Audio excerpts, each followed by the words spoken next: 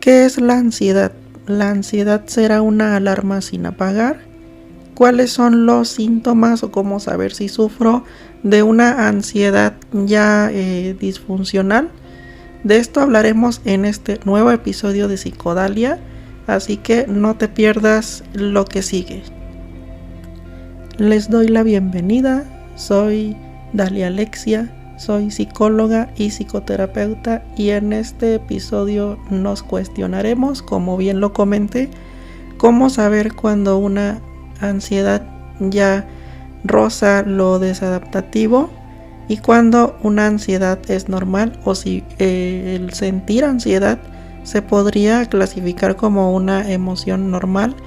Entonces poco a poco iré abordando cada uno de los puntos para que te quedes sin ninguna duda. Primero, para las personas que creen que la ansiedad es una emoción que se quieren quitar de su vida. Hay muchas personas que llegan conmigo a consulta y me dicen, pues es que ya quiero dejar de sentir esto para siempre. Y yo normalmente les respondo, hay que ponernos un objetivo que sea para las personas vivas, porque dejar de sentir suena como algo pues que solamente una persona muerta podría ponerse como un objetivo. Entonces normalmente hago esa aclaración, ¿no?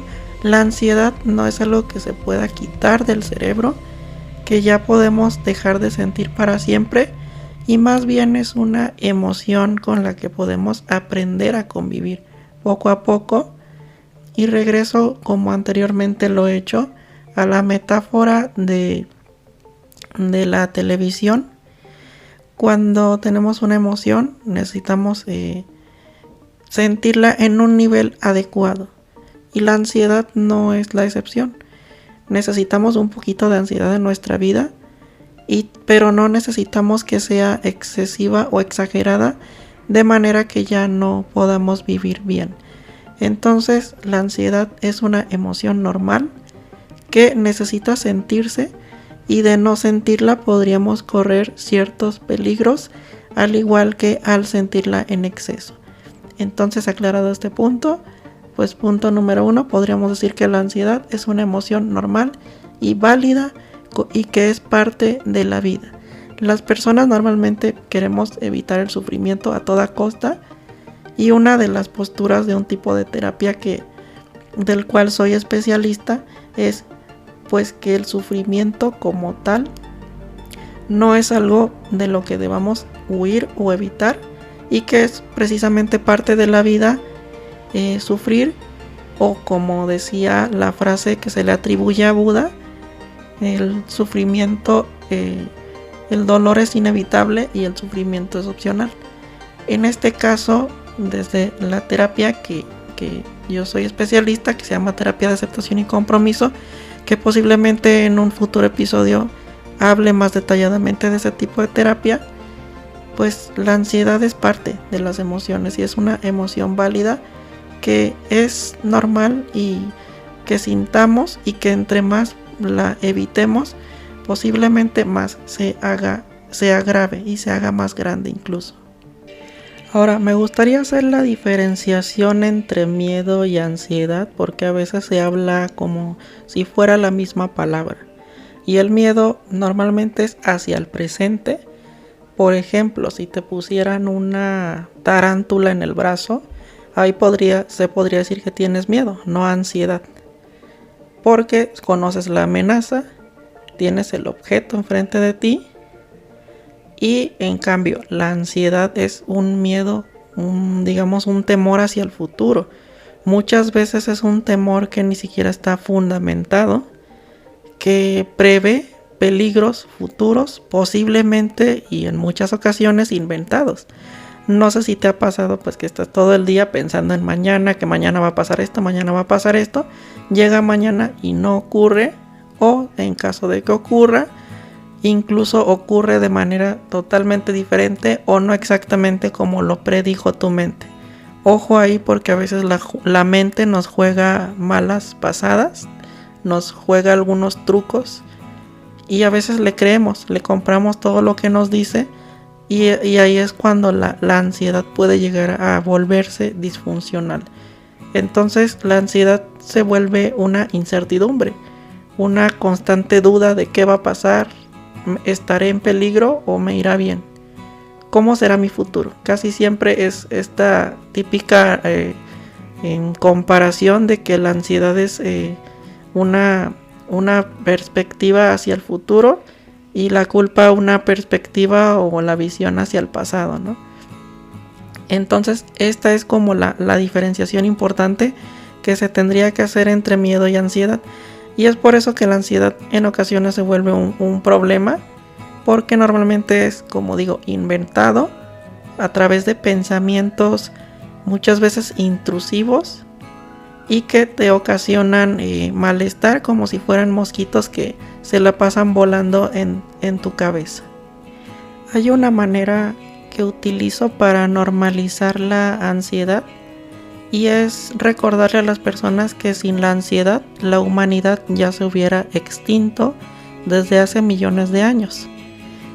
Sin la ansiedad posiblemente las culturas prehispánicas o incluso prehistóricas, los primeros seres humanos sobre la tierra, pues a lo mejor hubieran ignorado algún insecto que se les subió en el cuerpo, que como había comentado, ese es el miedo, pero también el hecho de prevenir posibles futuros o prevenirse de depredadores, de estar pensando maneras de protegerse, les ayudó, si te pones a pensar, a refugiarse de posibles catástrofes naturales y a prevenir ataques de animales que les podrían en cualquier momento devorar. Entonces esa es como la ventaja de la ansiedad.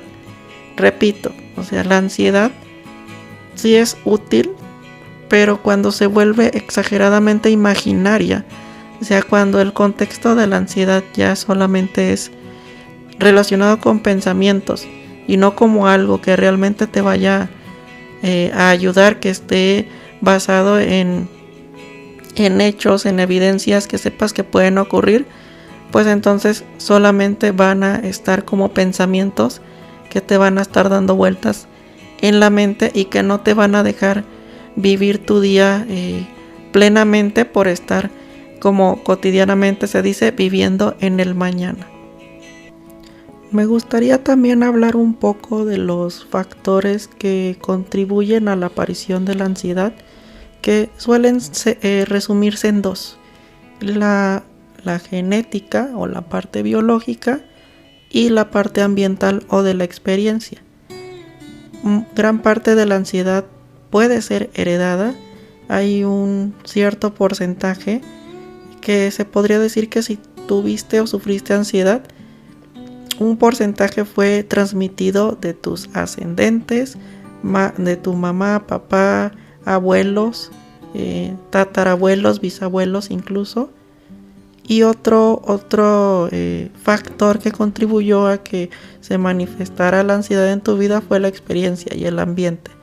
Por ejemplo, puede ser que tuvieras una gran disposición genética a tener ansiedad, pero no se te desarrolló porque posiblemente creciste en un ambiente saludable o en una familia cordial, amable, que se basó tanto en el amor, pero también en la disciplina. Te pusieron límites, pero no dejaron de lado la atención y el afecto. Entonces, los estilos de crianza muchas veces hacen o que aparezca o que no aparezca una situación desadaptativa. Por ejemplo, puede ser que tuvieras predisposición a la ansiedad y naciste en una familia conflictiva, disfuncional, y evidentemente esto pues disparó a lo mejor ya la predisposición genética a sufrirla, y estos mismos factores familiares pues aumentaron el impacto que se pudo haber evitado si hubieras crecido en otro ambiente donde pudiste haber tenido otras experiencias.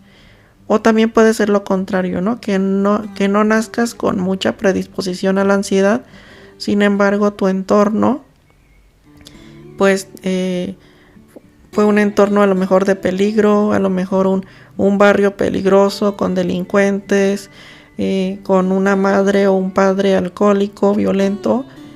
Entonces todos estos factores pueden desencadenar la ansiedad, aunque no haya mucha probabilidad de heredarlo.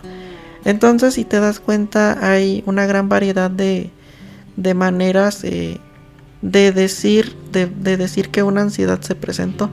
Es una disfunción, ya cuando se trata de un trastorno, una situación multifactorial que va a determinar pues la personalidad de la persona. Pero cada persona es un mundo y cada persona además nace en un contexto totalmente diferente. Entonces está difícil tratar de predecir a todas las personas o a gran parte de las personas, pero con estos factores nos podemos acercar un poco a cómo se forma un trastorno de ansiedad. Me gustaría ahora hablar de dos tipos de estrés. Como comentaba, el estrés por sí mismo no es algo negativo, pero puede llegar a ocasionar molestias psicológicas y enfermedades físicas. En casos ya de ansiedad o de estrés ya crónico, disfuncional, que se sale de lo adaptativo o de lo que te va a servir para realizar tus actividades diarias.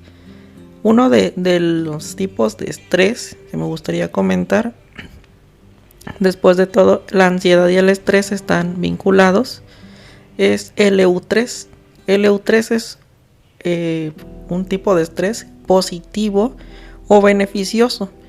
En la vida necesitamos cierta cantidad de estrés para realizar nuestras actividades. A veces llega a ser estimulante un poco de estrés para realizar algo, un reto, y nos puede servir como un motor para llegar a nuestros objetivos fácilmente, pensar en soluciones alternativas, y nos estimula en vez de ser simplemente una carga. Por otro lado tenemos al distrés. El distrés es un estrés negativo, digamos que ya son las consecuencias que afectan de una ansiedad disfuncional, y ya estamos hablando a lo mejor de un estrés en donde la persona ya presenta síntomas que le incapacitan para realizar actividades. Por ejemplo, que ya tenga a lo mejor taquicardia, respiración agitada, y que se bloquee, que se quede paralizada y no pueda hacer algo que se propuso, por ejemplo. Entonces ese es el segundo tipo de estrés, que se podría decir que es el estrés negativo, o que no nos trae un beneficio y que al final resulta como un obstáculo más que un estimulante. El distrés además puede ocasionar ya sea enfermedades físicas, o ya se podría catalogar como un trastorno psicológico. En cuanto a las enfermedades físicas, ya estaríamos hablando de una fase del estrés en el que la persona ya se agotó tanto de la ansiedad, ya hubo un cansancio emocional tan fuerte que el estrés ya empezó a generar ciertas consecuencias, ya sea a lo mejor respiratorias, se bajan las defensas, el sistema inmunológico empieza a funcionar de manera deficiente, y a lo mejor también hay una afectación en las arterias, en el caso de que haya una circulación muy rápida en la sangre, e incluso puede afectar a nivel digestivo. No faltan las personas que comentan tener ciertas dificultades estomacales, por ejemplo úlceras, que ya se forman en el estómago precisamente por temas de estrés y ansiedad. Entonces, ¿por qué digo que la ansiedad es una alarma sin apagar?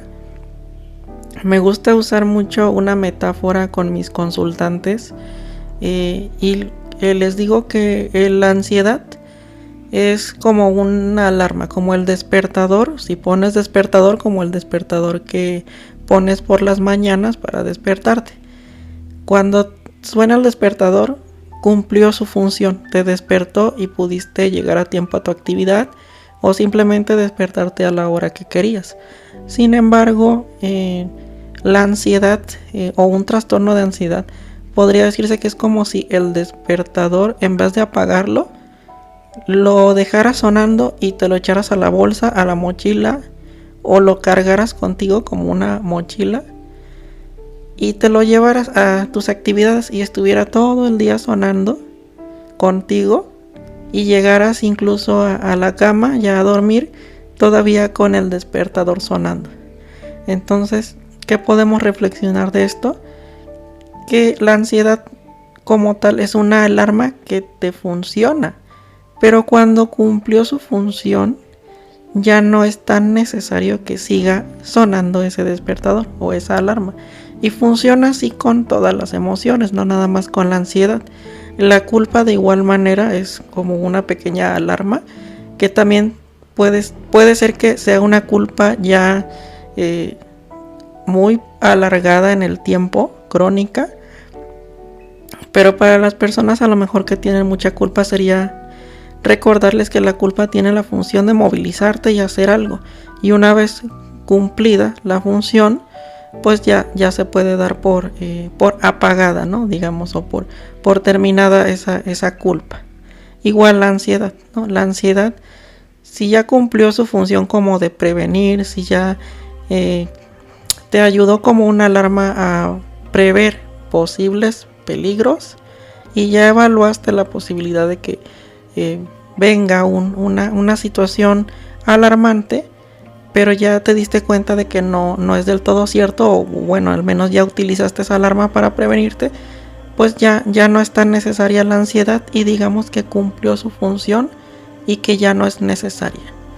Ahora, las personas con alguna dificultad de ansiedad lo que experimentan es una dificultad precisamente para apagar esa alarma, y es por ello por lo cual muchas veces recurren a terapia, se acercan con un profesional para que les diga que no lo dicen de esta manera, pero de alguna manera es pedir información sobre cómo apago esta alarma o cómo le hago para que, regresando a la metáfora de la televisión, pues el volumen de mi televisión de la ansiedad no esté tan elevado y que pueda escuchar mi programa, que en este caso sería una metáfora simplemente de las emociones, que pueda escuchar en un volumen adecuado para que no se me lastimen mis oídos y pueda disfrutar de mi programa de televisión, por ejemplo.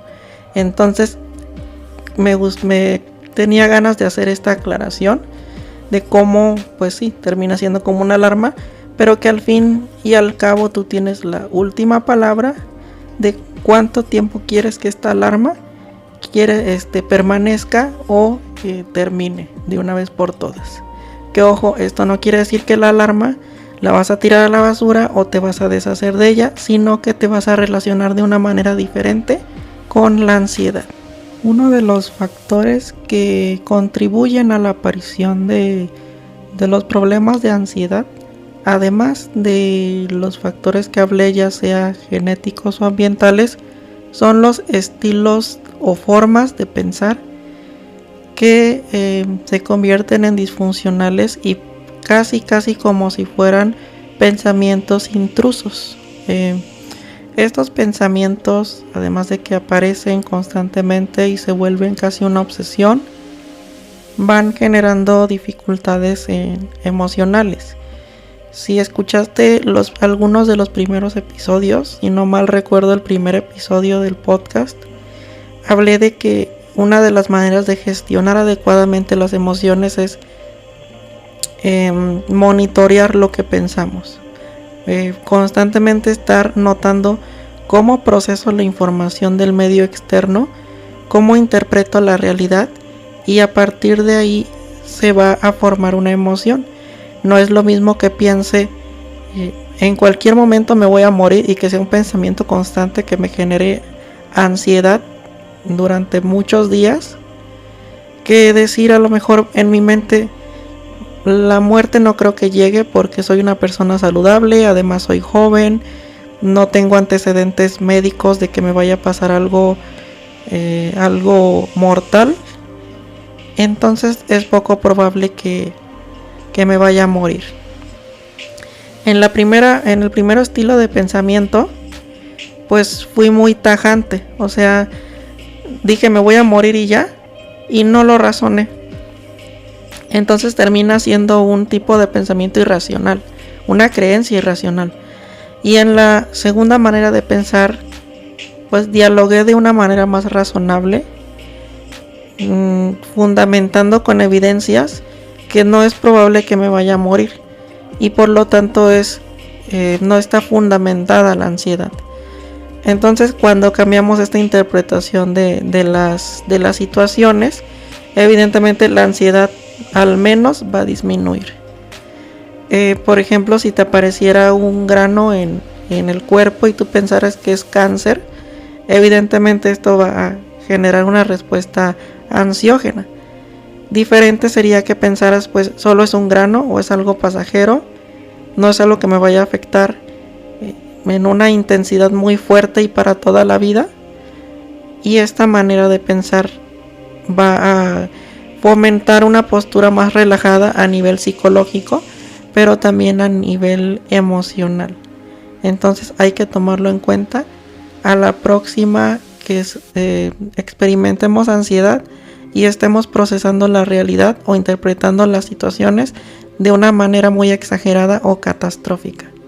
Hay ocasiones en las que incluso ocurre un círculo vicioso, se forma un círculo en el que la persona siente ansiedad y después tiene ansiedad por sentir ansiedad.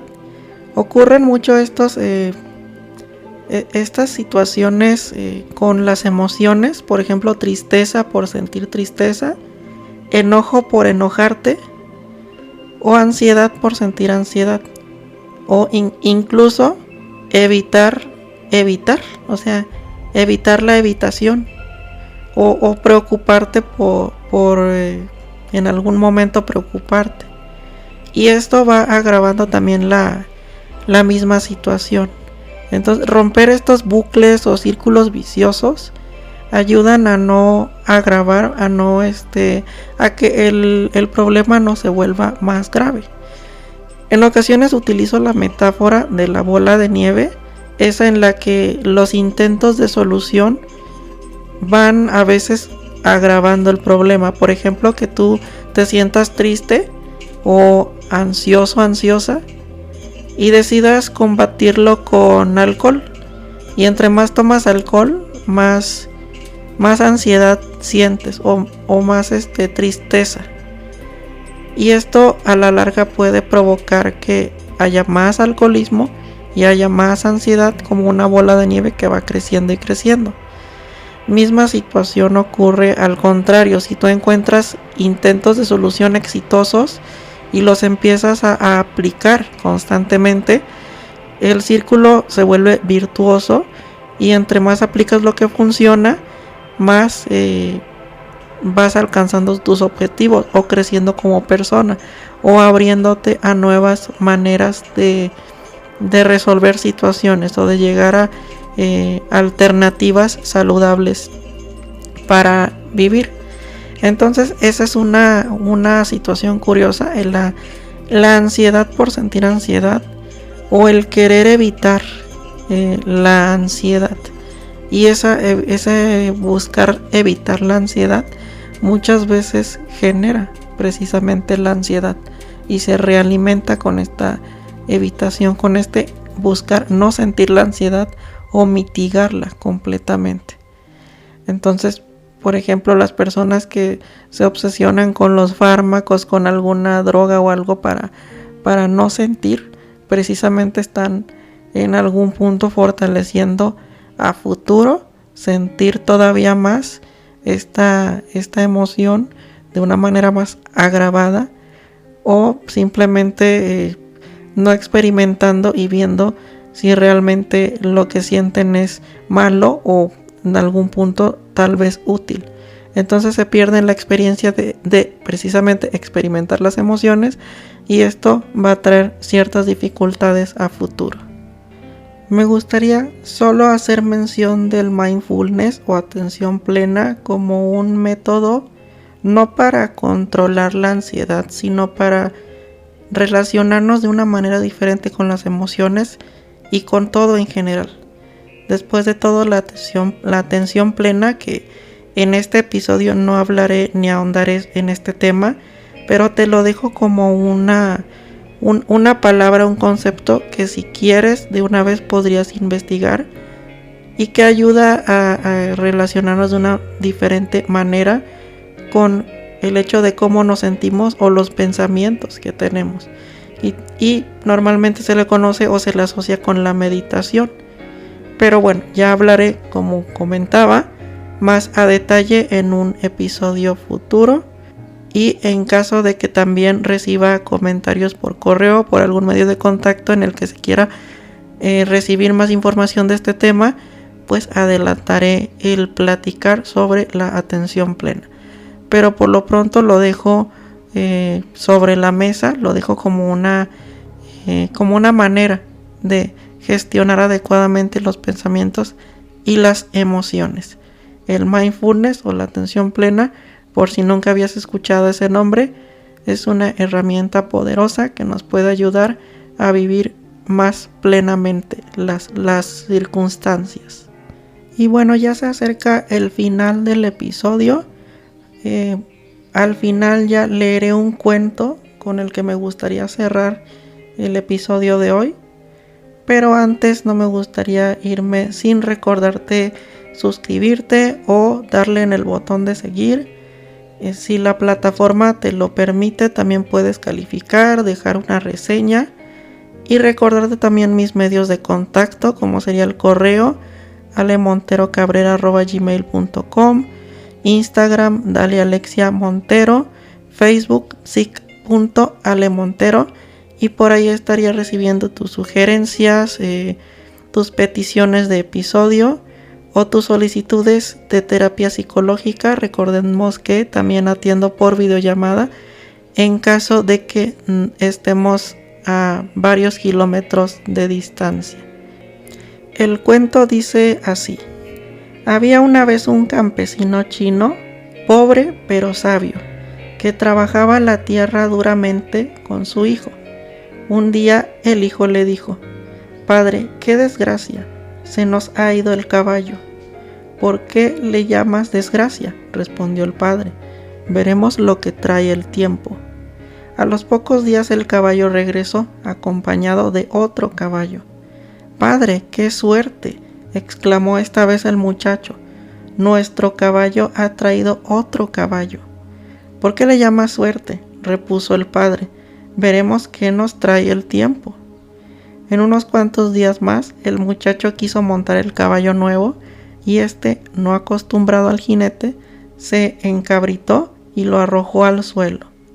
El muchacho se quebró una pierna. «Padre, qué desgracia», exclamó ahora el muchacho. «Me he quebrado la pierna». Y el padre, retomando su experiencia y sabiduría, sentenció: «¿Por qué le llamas desgracia? Veamos lo que trae el tiempo». El muchacho no se convencía de lo que le comentaba, sino que gimoteaba en su cama. Pocos días después pasaron por la aldea los enviados del rey, buscando jóvenes para llevárselos a la guerra. Vinieron a la casa del anciano, pero como vieron que el joven con su pierna entablillada, lo dejaron y siguieron de largo. El joven comprendió entonces que nunca hay que dar ni la desgracia ni la fortuna como absolutos, sino que siempre hay que darle tiempo al tiempo para ver si algo es malo o bueno. Y con esta pequeña reflexión me despido. Hasta el próximo episodio.